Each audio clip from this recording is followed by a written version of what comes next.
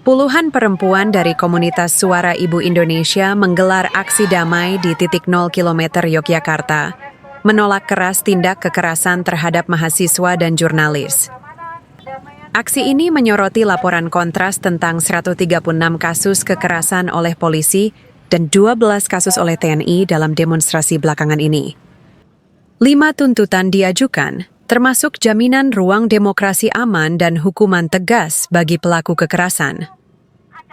Ibu-ibu akan terus berdiri bersama mahasiswa melawan otoritarianisme, pungkas koordinator aksi. Aksi ini jadi pengingat, kekerasan bukan jawaban, demokrasi harus dijunjung.